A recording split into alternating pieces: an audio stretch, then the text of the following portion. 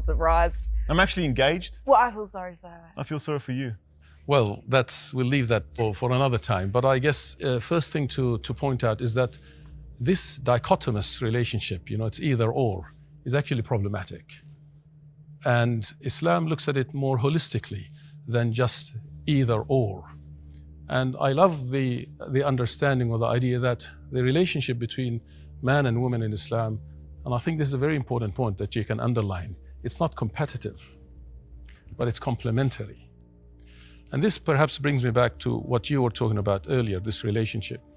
In Islamic sacred law, the financial responsibility of the entire household is on the shoulders of a man. And therefore, when we speak about a man has the responsibility or a degree above a woman, it's a degree of responsibility, not preference. Whilst on the other hand, what Islam would say for a mother is that yes, maybe earning a livelihood is important, but one of the most sacred and noble professions you can have is motherhood, which sadly in today's modern society is sidelined somehow. And I think the middle approach from an Islamic perspective is that both, and this is important, both as far as Allah or God is concerned, are equal in His esteem. Sir, sorry, I'm a little bit confused. You talk about equality, but I still feel like there's a bit of a divide there. I mean, at least for the women's prayer space, we're praying in a chemical storage. Wait, you prayed in the chemical storage room? You know we have a prayer space for sisters on campus. You should have asked.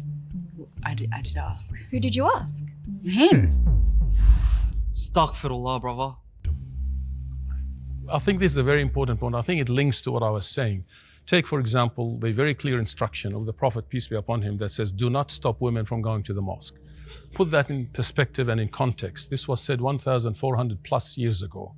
And I think what we need to be doing is providing facility for both and give the woman a choice whether she wants to go to the musalla or the masjid or not.